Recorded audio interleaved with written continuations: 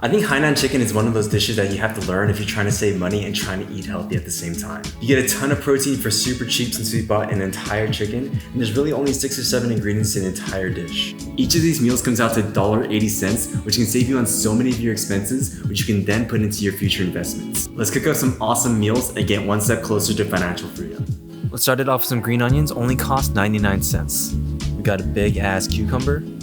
We got long grain rice. This whole bag makes 8 servings. We got that good old fashioned ginger. And of course we got some garlic. It also costs only 67 cents. We're reusing our sesame oil from other recipes, but you can buy this for $2.69. We got a whole chicken here. This thing is 4 pounds and gets up to 8 servings as well. Talk about bang for your buck. So the first thing we want to do here is prep the chicken. It all starts from a whole chicken with this dish. It flavors the rice, the sauces, and creates a broth that we can just sip on later. Let's trim off some of the fats and save that for when we cook up the rice.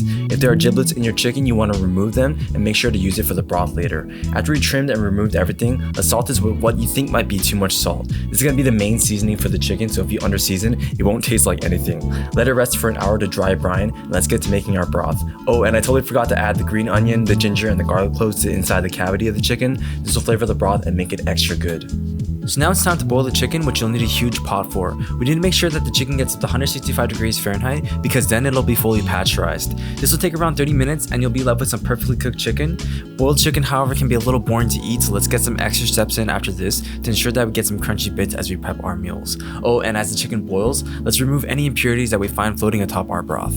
So as the chicken is boiling, let's make sure the rice is prepped so we can have them complete at the same time the chicken is done. Let's first disinfect our work surface so we don't contaminate our other ingredients, and let's get to chopping our garlic, ginger, and green onions. Let's also make sure that we save some of the broth that we had cooking from the chicken, as this will imbue a lot of that chicken flavor to our rice. So in total, we just need a cup of chicken stock, a couple tablespoons of sesame oil, and 2 tablespoons each of garlic, ginger, and chicken fat. Let's get to making our rice. Let's put in around 1 tablespoon of sesame oil into a low heat pan. Then let's add in the chicken fats and let it render. This is going to add so much flavor to our rice, is what we're going for with this dish. After lots of the fats render out, let's take out the chicken solids and add in the garlic and ginger from earlier. Let it heat up for a minute or 2 and let's get to cooking up our rice. Into a pot, or you can just use a rice cooker, let's add in the garlic and ginger mixture from our pot earlier and cook up rice like we usually do. Instead of water, however, let's add in the chicken broth from earlier and add in a little bit of salt. You can just use a rice cooker if you don't know the pot method, but if you want to know how to cook rice without a rice cooker, make sure to click on the upper right hand corner for our foolproof method. Now that the rice is all cooked up, we should have this super flavorful and chickeny rice that is slightly salty. Let's let the rice cool down and get to crisping up our chicken. As I mentioned earlier, boiled chicken can be a little rough to eat, so to combat that, let's add a little bit more sesame oil to the skin of the chicken and coat it evenly throughout. This will help the chicken crisp up as we put it under the broiler for around 2 to 3 minutes. This little trick can really add a ton of flavor to our chicken and makes it way more bearable to eat throughout the week. After the chicken is broiled, let's split apart all the pieces, which should actually give you enough for around 8 meals, making each of these meals only $1.80 when adding everything up. Buying a 3 to 4 pound chicken really is so much cheaper than buying the pre-cut stuff. I mean, from this meal alone, I got around 8 servings of chicken, which lasted me a good 4 days. I paid around $4.91 for this chicken, and it's something I'm definitely going to be doing for a very long time from now on. I mixed the dark and the light meat together, and this meal was freaking amazing. I could literally eat this every day and not get sick of it. Now let's get to my favorite part of the video once again, which is going to be measuring out the food.